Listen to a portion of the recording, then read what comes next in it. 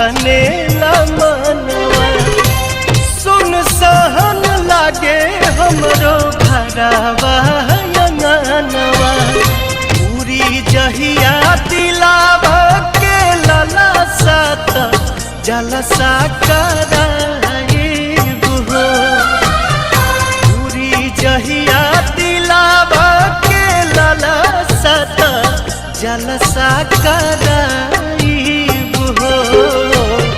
गोदिया में होई है बालकवा त खुशी भरवाइब हो गोदिया में होई है बालकवा त अलग देवे आइब हो।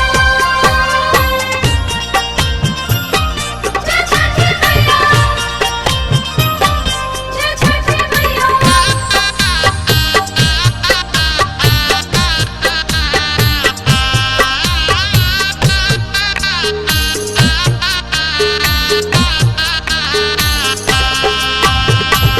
मनवा में आस लेके रोवेले बझनिया कहिया बसैबू छठी माई हमर दुनिया ऐसन सुनर फल पाइब त सूरज गोहराइब हो ऐसन सुनर फल पाइब त सूरज गोहराइब हो अरुण पवन के बोलाइब गीतिया गवाइब हो गोदिया में होई है बालकवा त अलग देवे आइब हो।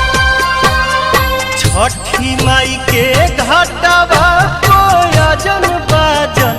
बाजा बजावाइब हो